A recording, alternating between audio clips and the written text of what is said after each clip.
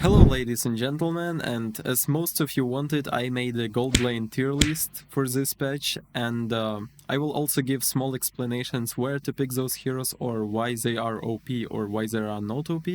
So you will learn what to pick on a gold lane to probably finally reach immortal rank, or if you are a 5Q player or you just don't know draft, you will right now know who is good on gold lane. So let's go. So we will again start from S tier, now for gold lane of course.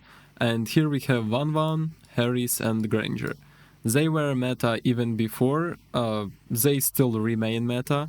Van is crazy good in team fights, you just stack your ultimate and you can kill anyone. She is good on laning stage as well. It's really hard to counter Van, she's more like solo marksman, so she's certainly S tier.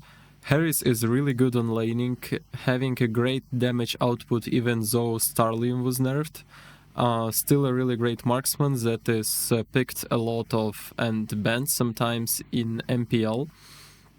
And Granger, just a really reliable marksman on laning, on poking enemies, on dealing damage, pushing, so he is really reliable marksman, as well deserves a ban in some drafts. Of course not like first ban, but on MPL you may see Granger getting banned even more than other marksmen. I mean, they can sometimes not ban Van, but ban Granger depending on draft. So these three heroes are S tier right now. Moving on to A tier, we have here some fighters of course. There is Bane and CC. I want to tell you guys that Bane and CC are situational heroes. They should not be picked in every match, but if you pick them in right draft, they will shine, they will destroy enemies. Even if you check like pros scene, you will see that Bane is not banned every game, CC is not banned every game, but they are picked on gold lane in the right draft. Not in every draft, but when the draft is great, Bane will destroy enemies, or CC will destroy enemies, and your team will eventually win a game. Do not overuse them on gold lane. You cannot just go in rank and pick Bane and CC gold lane every fucking time. No, you don't do that.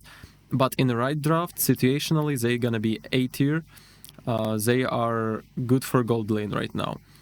Talking about other heroes, there is Iritel, Moscow, Beatrix, and Bruno.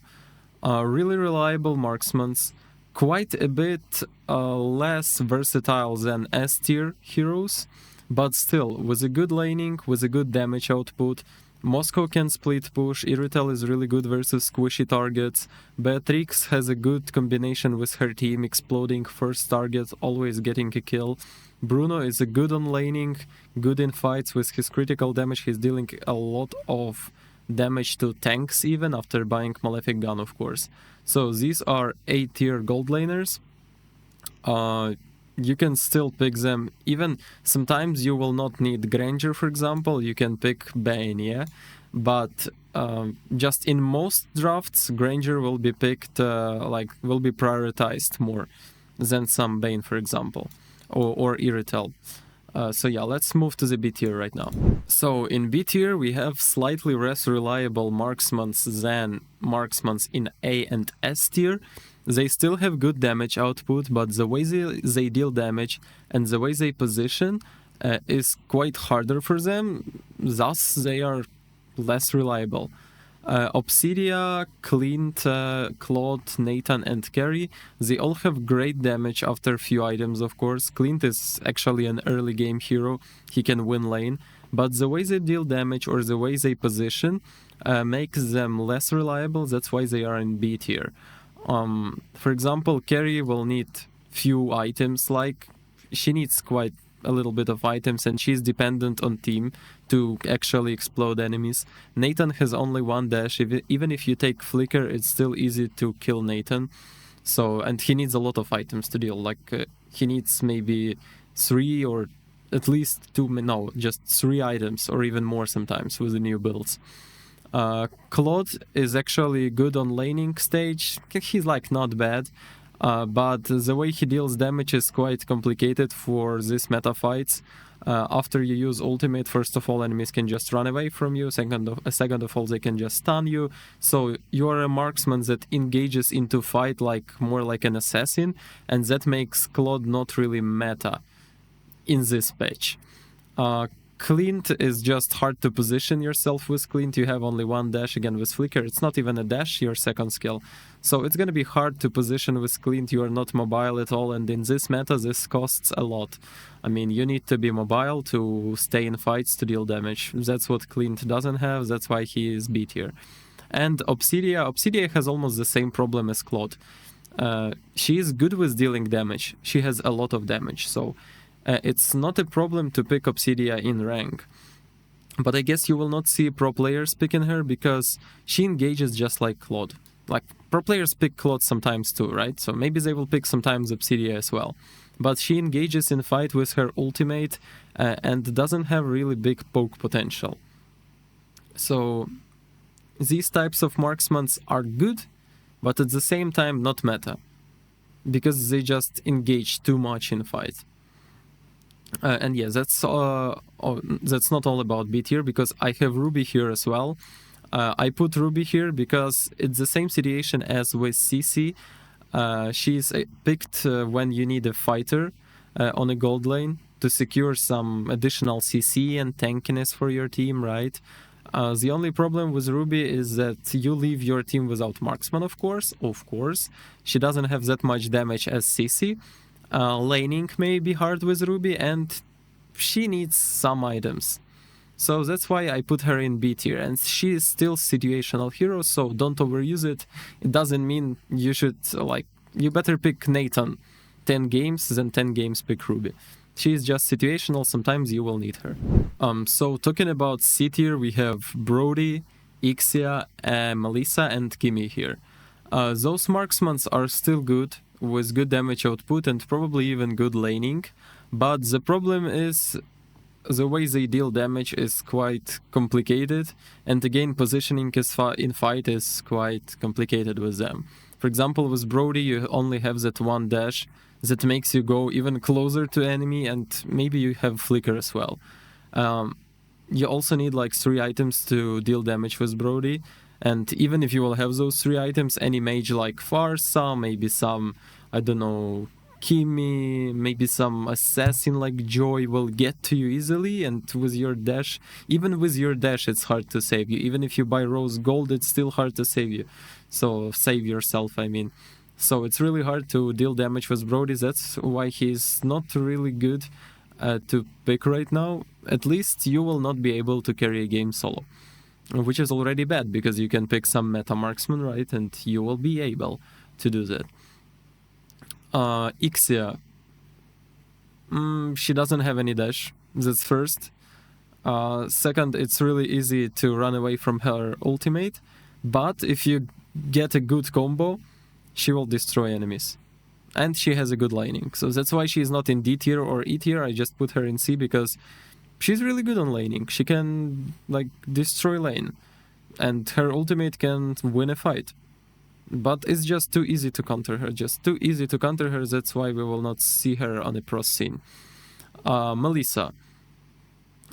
Getting countered by almost every marksman above her. So they will have like easy laning versus Melissa. She's still good. Maybe even I would say like upper C tier marksman.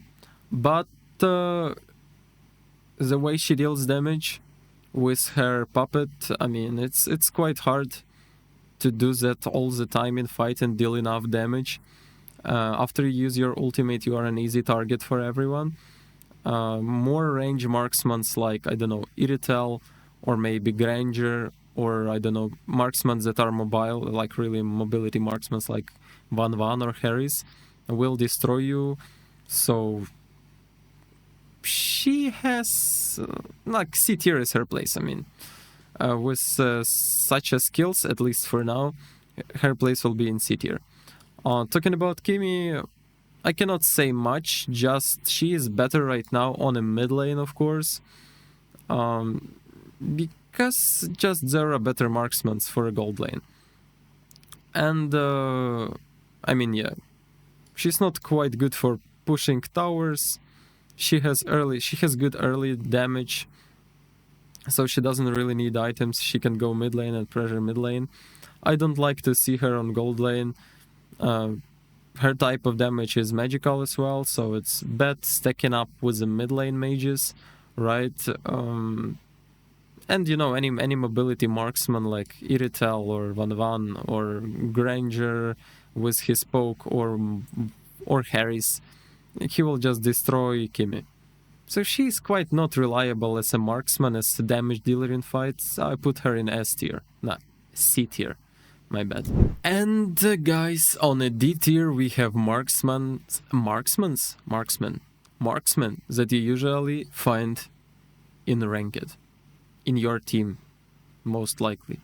Hanabi, most OP epic marksman. Leslie, Popol, and Layla.